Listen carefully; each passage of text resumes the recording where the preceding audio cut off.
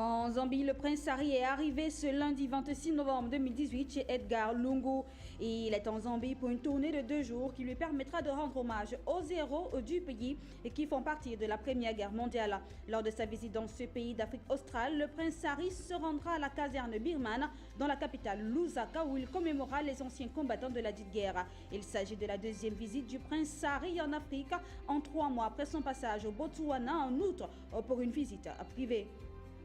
En Afrique du Sud, le pays a désormais un salaire minimum national. Le chef de l'État, Cyril Ramaphosa, a confirmé ce 26 novembre 2018 la loi instaurant un salaire minimum dans l'ensemble du territoire du pays.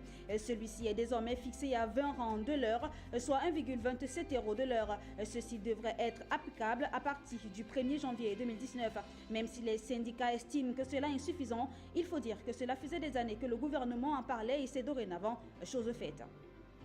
Au Sénégal, le président de la République Macky Sall a procédé le 25 novembre 2018 à Diamniadio à l'inauguration du centre des expositions. Cette infrastructure entre dans le cadre de la mise en place du pôle urbain de Diamniadio où le chef de l'État a lancé la semaine dernière la plateforme industrielle internationale dans la même zone.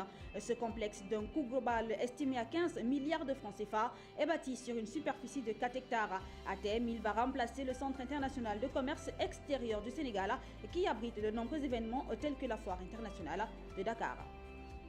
Aux Maldives, l'ancien président du pays, Mohamed Nasheed, a échappé il y a 13 ans de prison. Ceci après que la Cour suprême du pays eut annulé sa peine à la suite d'un réexamen à la condamnation controversée pour terrorisme. La Cour suprême a déclaré que le premier dirigeant de la nation élu démocratiquement avait été inculpé à tort et que le tribunal pénal n'aurait pas dû engager le procès. Nasheed avait été reconnu coupable d'avoir ordonné à l'armée d'arrêter et de détenir le juge en chef du tribunal pénal de Maldives en janvier 2012. En République démocratique du Congo, un essai clinique sur le traitement d'Ebola a démarré dans la province du Nord Kivu. Cette épidémie affecte plus de 400 personnes depuis le 1er août dans la zone de Beni. Cet essai est organisé par un consortium international coordonné par l'Organisation mondiale de la santé. Il est dirigé et financé par l'Institut national de recherche biomédicale en partenariat avec le ministère de la Santé.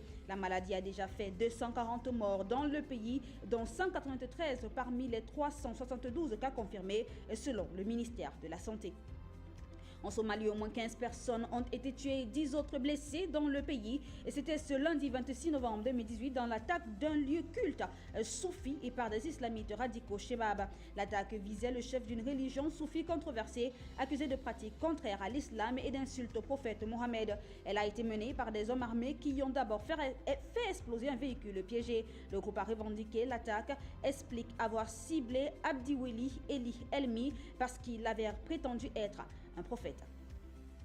Toujours parlant des morts, mais cette fois-ci en Turquie, il y a eu un crash d'un hélicoptère ce 26 novembre 2018 à Istanbul. Et cet engin de l'armée turque s'est écrasé dans un quartier de la rive est d'Istanbul. 4 de ses occupants ont perdu la vie et un 5e a été blessé et placé en soins intensifs à l'hôpital. Le ministère de la Défense qui s'est rendu sur place a expliqué qu'il s'agissait d'un vol d'entraînement et que l'hélicoptère a tenté un atterrissage d'urgence. Aucun habitant du quartier n'a été blessé.